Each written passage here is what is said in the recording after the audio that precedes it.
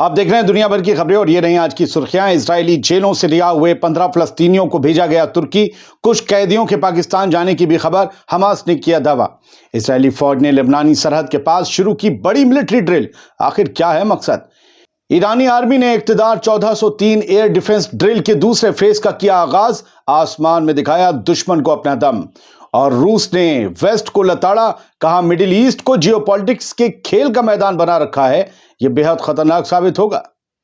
आजाद बोल इंडिया में आप सभी का खैर मकदम है। आपके साथ में आदिल खान आजाद। आज है 4 फरवरी 2025। आप देख रहे हैं स्पेशल प्राइम टाइम शो दुनिया भर की खबरें। तो चलिए शुरू करते हैं दुनिया भर की खबरों का ये सफर तफसील से। लेकिन सबसे पहले आप सब व्यूअर्स का शुक्रिया, थैंक यू वेरी मच।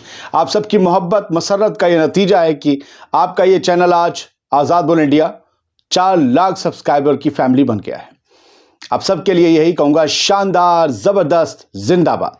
चलिए शुरू करते हैं सर खबरों का सिलसिला। 15 फलस्तीनी कैदियों को जो इजराइल ने हमास के साथ सीजफायर मुआहदे के तहत रिहा किए थे, मिस्र के रास्ते तुर्की भेज दिए गए हैं। तुर्की के वजीर खारजा यानी कि वहां के फॉरेन मिनिस्टर हकान फिदान ने कहा है कि इन अफराद को, इन लोगों को तुर्की के एम्बेसी ने कायरो में वीज़ा फराहम किया, वीज़ा प्रोवाइड करवाया और ये लोग अब तुर्की में आ चुके हैं। सीज फायर मुआहदे के मुताबिक कुछ फ़लस्तीनी कैदियों को अपने वतन वापस जाने की इजाज़त नहीं थी, इसलिए उन्हें मुख्तलिफ ममालिक में, कई कंट्रीज़ में बसाया जा रहा है। तुर्की ने इन अफराद को अपने मुल्क में पनाह देने पर रजामंदी जाहिर की है।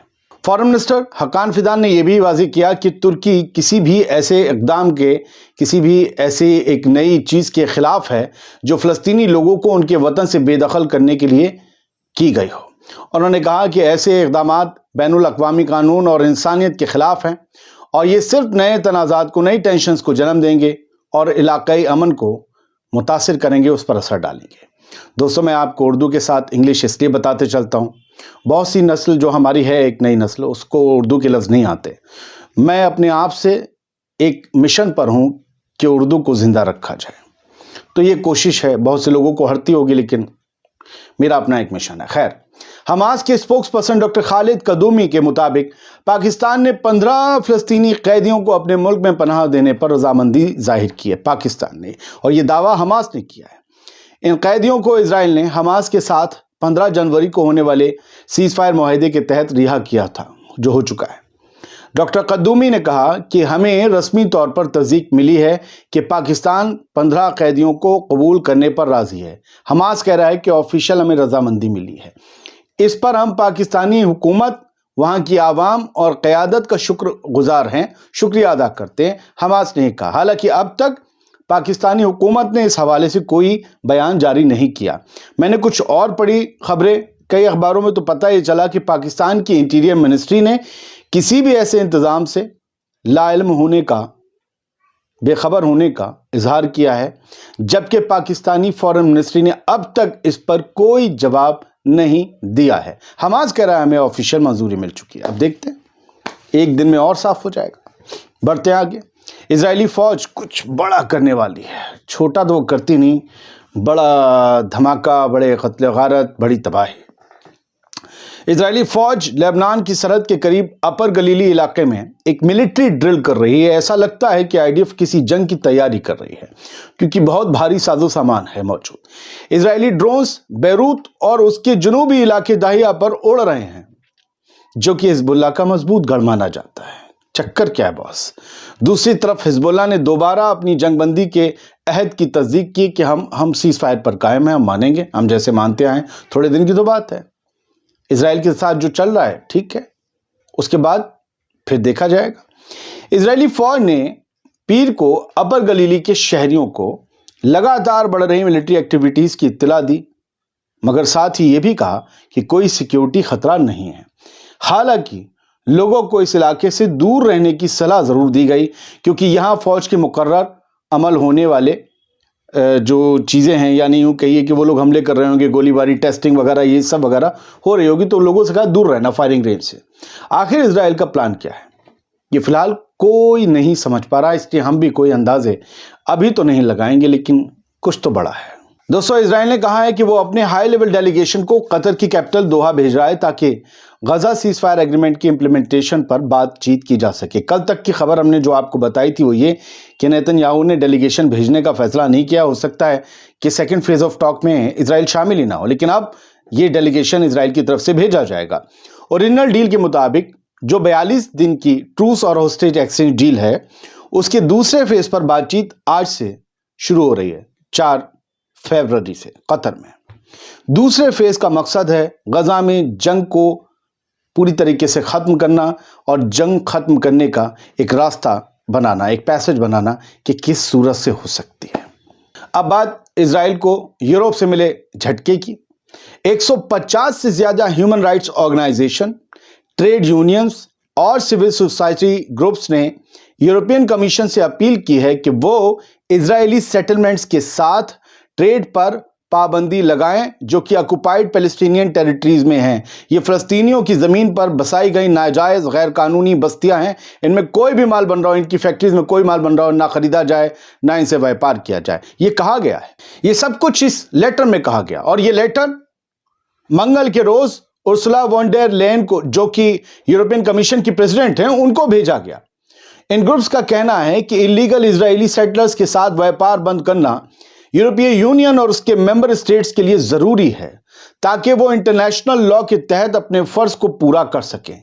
ये पूरे यूरोपियन यूनियन में आने वाले ममालिक से मुतालबा किया गया है कि इन सेटलर से, इन नाजायज लोगों से ताल्लुकात ना रखे जाएं व्यापार के सिलसिले में। इंटरनेशनल कोर्ट ऑफ जस्टिस के 2023 की एडवाइजरी ओपिनियन की याद दिलाते हुए इन ग्रुप्स ने कहा कि तमाम स्टेट्स का ये फर्ज है कि वो इजराइल के साथ ऐसी इकोनॉमिक या ट्रेड डीलिंग्स में ना फंसें जो इजरायली ऑक्यूपेशन को मजीद मजबूत करें। वो पैसा कमाएं और फिर हथियार मुहैया करवाएं और फिर उससे मासूम लोग मारे जाएं। इस लेटर में यह भी कहा गया कि यूरोपीय यूनियन की करंट पॉलिसी, जो कि इजराइल और सेटलमेंट्स में बनाए गए माल के बीच फर्क करती हैं, इन ऑब्लिगेशंस को पूरा नहीं करती, लिहाजा तब्दीली की बड़ी ज़रूरत है। अब बात ईरानी आर्मी की। ईरानी आर्मी ने इक़्तिदार 1403 एयर डिफेंस ड्रिल के दूसरे फेज का आगाज कर दिया है, जो मुल्क के एयर स्पेस की हिफाजत पर तवज्जो दे रहा है, जबकि मुल्क की डिफेंस कैपेबिलिटीज को मजीद बेहतर बनाने की लगातार कोशिश की जा रही है। एयर डिफेंस सिस्टम लगातार मजबूत बनाए जा रहे हैं ईरान के, क्योंकि उन्हें पता है कि यहां से कुछ हो सकता है हवा से।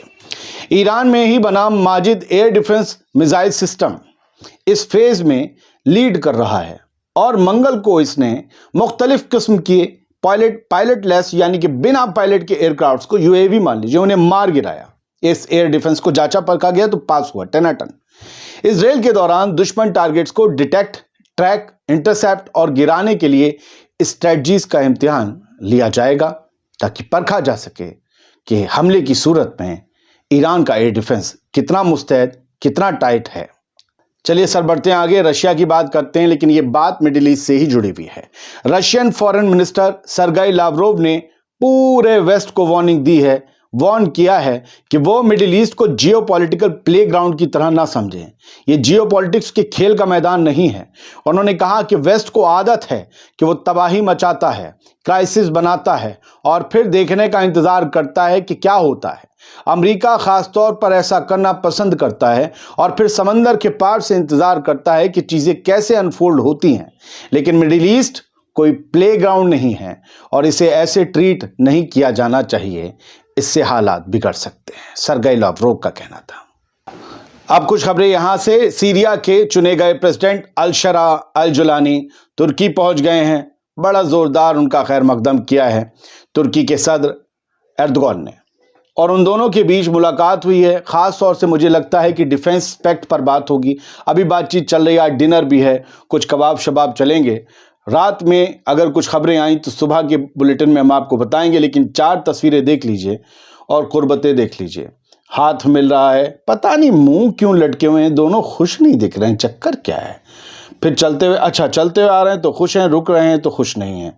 मतलब दोनों के रिश्तों में स्पीड चाहिए है, अगर ठहराव आ गया तो दोनों खुश नहीं होंगे। तस्वीरों को किसी भी तरीके से बोल दिया जा सकता है। खैर, अशरक अल-असवद की खबर है।